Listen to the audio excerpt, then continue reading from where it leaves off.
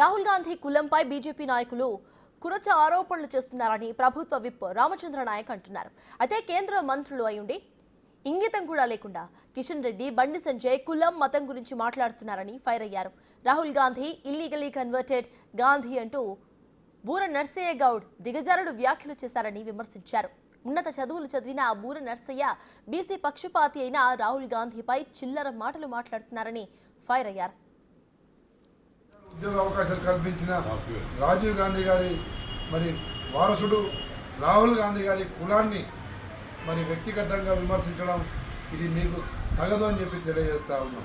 బూర నరసింహ గౌడ్ గారు మీరు ఒక వైద్య వృత్తి చదివిన ఉన్నత చదువు చదివిన ఒక వ్యక్తిగా బీసీ బడుగు బలహీన వర్గాల పక్షపాతిగా ఈరోజు రాహుల్ గాంధీ గారు, రేవంత్ రెడ్డి గారు అసెంబ్లీలో తీర్మానం చేసి పార్లమెంట్ ఆమోదం కోసం పంపిస్తే దాని మీద పోరాడాల్సిన మీరు